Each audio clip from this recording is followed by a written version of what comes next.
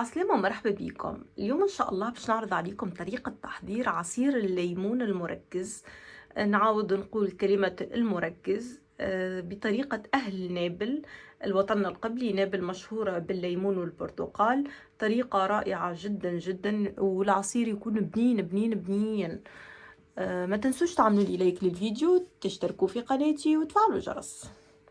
كما تلاحظوا عندي كمية صغيرة من الليمون.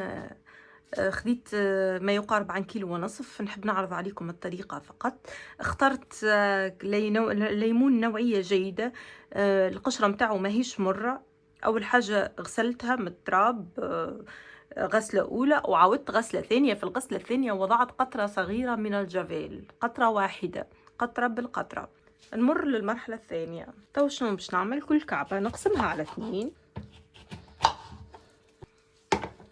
نعصرها بالعصارة عادي.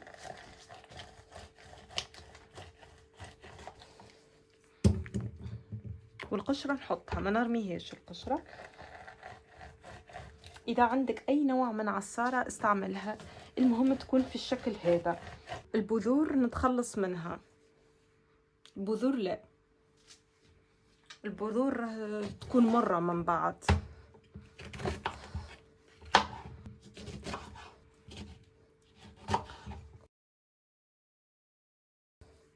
بالنسبة للبياض هذاك الداخليني يبقى عادي، لا مشكلة. البذور إذا بقت في القشرة نخرجها ونرميها.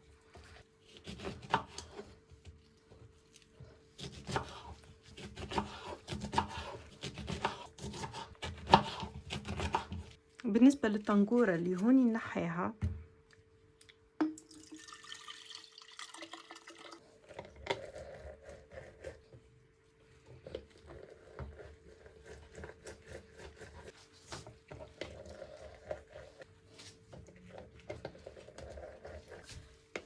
بالنسبة لهوني نرمي البذور، ساعات يكون أجسام الليمونة ما تحبش تدخل، فهمتني؟ ما تحبش تدخل العصارة، ناخذها كيف هكا. المهم ما يكونش فيها بذور، ناخذها كيف هكا ونحطها مع القشرة هنا وكيا.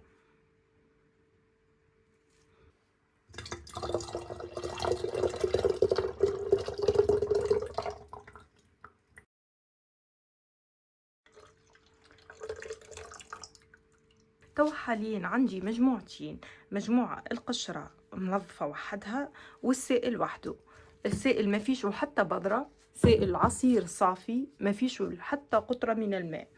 انا تو شنو باش نعمل؟ باش نبدا نجهز بالنسبة للسائل باش نحطه على جنب، وتو باش نبدا نجهز القشرة. باش نوريكم كيفاش نجهزها. ناخذ كسرونة فارغة ما فيها حتى شيء، الكسرونة نحطها على جنب، ونبدا ناخذ القشره وشنو باش نعملها؟ باش نقصها، نقطع فيها قطع قطع. توا كملت قصيت ونمر للمرحله التاليه. اما نحب ملاحظه صغيره نحب نقولها، الطريقه هذه تنجم تستعمل بها كثير من كميات ليمون، وتحط في الثلاجه متاعك. مش مهم القصان كبير ولا صغير، متوسط صغير كبير كما تحب انتي. توا حاليا شنو باش نعمل؟ باش نمر للمرحله الثالثه واللي هي مهمه ياسر. باش نجهز القشرة. كيفاش باش نجهزها؟ باش نطيبها.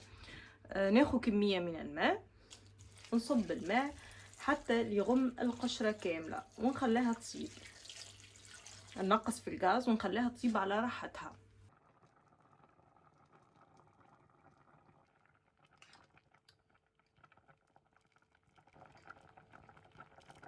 فيها ريحة طيبة.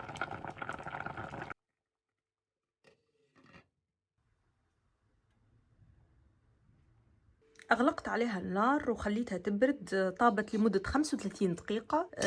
نشف الماء وخليتها تبرد. بردت تو حاليا باردة، نجم نرحيها. كي تشوف القوام متاعها القشرة ما تصدقش اللي هذه قشرة وما فقط، معناها ظاهرة ليمون. شو ليمون. نبدأ نرحي بالمكسور، تنجم ترحي بالبرا وإلا أي آلة ترحي عندك متوفرة، لا مشكلة. المهم يكون بارد باش ما تفزدش آلة الرحي متاعك. خلاها تبرد على الآخر.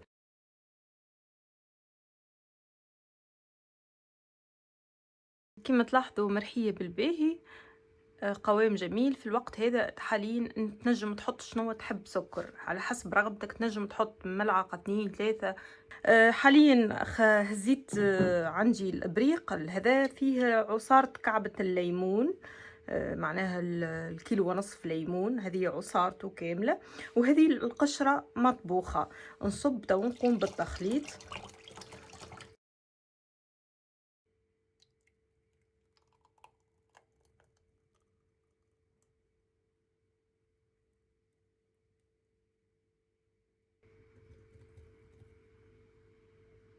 هذه هي الطريقة اللي عرضتها عليكم في تحضير عصير الليمون المركز أو الليموناضة.